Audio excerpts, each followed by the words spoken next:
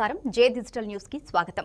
జగ్గంపేటలో Jal Jeevan machine పథకంలో భాగంగా water ట్యాంకును Jaggampeta MLA Jyothula Nehru చేతుల మీదుగా ప్రారంభించారే కానీ సుమారు 3 నెలలు దాటుతున్న ట్యాంకు నుంచి చుక్క నీరు కూడా సరఫరా చేయలేకపోయారని వైఎస్సీపీ రాష్ట్ర కార్యదర్శి ఒమ్మి రఘురాం, జగ్గంపేట జెడ్పీటీసీ ఒమ్మి బిందు మాధవి విమర్శించారు. మిషన్ అని చెప్పేసి ఒక ప్రోగ్రాం రావడం జరిగింది. ఈ జలజీవన్ మిషన్ లో భాగంగా ప్రతి ఇంటికి ఉచితంగా కుళాయి ఇవ్వాలని, అంటే ఒక హౌస్ ఉండి హౌస్కి ట్యాక్స్ ఉంటే ఖచ్చితంగా ఆ ఇంటికి ఉచితంగా కుళాయి ఇవ్వాలన్నది ఆ ప్రోగ్రాం యొక్క ప్రధానమైనటువంటి ఎజెండా. జగ్గంపేటలో కూడా ఈ జలజీవన్ మిషన్ పనులు జరిగాయి. కాంట్రాక్టర్ వచ్చారు, పనులు చేశారు. చాలా దురదృష్టకరమైన విషయం ఏంటంటే మొత్తం గ్రామంలో ఉన్నటువంటి అన్ని రోడ్లని పొడి చేశారు. కారణం ఏంటంటే ఆ రోజు మరి సహకరించాం.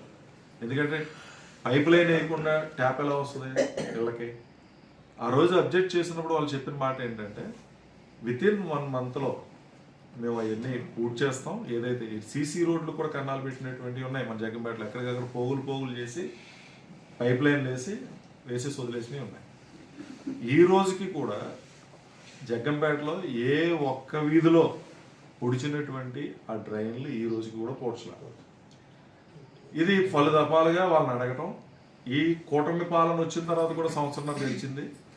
గౌరవ శాసనసభ్యులు దాని మీద పదే పనిగా కాంట్రాక్టర్ని అడగటం, కాంట్రాక్టర్ కూడా పట్టించుకోకపోవటం ఇవన్నీ జరిగింది.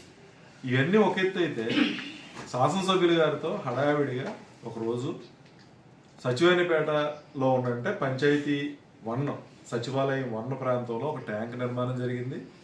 అక్కడ బోర్వెల్ కొట్టడం జరిగింది. నెహ్రూ గారి చేతుల మీదుగా దాని ప్రారంభోత్సవం కూడా చేసేసారు. నాకు తెలిసి ఇది అప్పుడే జరిగి 3 నెలల పైన అయిపోయింది. ఆ రోజు ప్రారంభోత్సవం జరిగింది. ఈ రోజుకి కూడా ఒక్క ట్యాప్లో నీళ్ళు వచ్చిన పరిస్థితి లేదు. ఒక్క ట్యాప్లో ఆయన ఓపెన్ చేసినటువంటి ఆ ట్యాంక్ నుంచి ఒక్క ఇంటికి కూడా చుక్క నీరు వెళ్ళినటువంటి పరిస్థితి లేదు.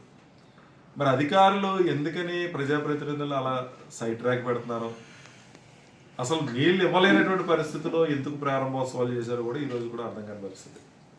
మొన్న జగ్గంపేట గ్రామ సభలో కూడా ఈ విషయం నేను ప్రస్తావించాను. ఆర్డబ్ల్యూఎస్ అధికారులు నేను నిలదీశాను.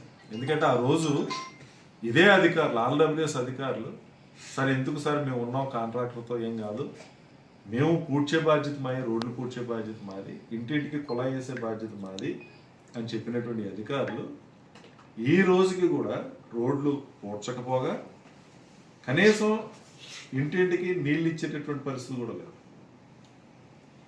హరిజన్పేటలో, ఎస్సీపేటలో శీతాకాలంలో కూడా నీళ్ళకి కటకటలాడి ఇబ్బంది పడేటువంటి పరిస్థితులు ఉన్నాయి. అక్కడ పొడి చేశారు, అక్కడ మొత్తం వీధి పొడి చేశారు, అక్కడ ట్యాప్లు లైన్లు వేసారు. వీళ్ళు చెప్పే కథ ఏంటంటే ట్యాపులు పూర్తి చేస్తాం, అదే లైన్లు వేసేసాం, ట్యాపులు బిగించాలని చెప్తున్నారు. మరి ఓపెన్ చేసి నెహ్రూ గారు ఓపెన్ చేసి 3 నెలల పైన అయినప్పటికీ కూడా ఈ రోజుకి ట్యాపులు ఎందుకు బిగించలేదు? ట్యాపులు బిగించడం దానికి ఎందుకు ఆయనతో ప్రారంభోత్సవం చేశారు కూడా తెలియదు. మరి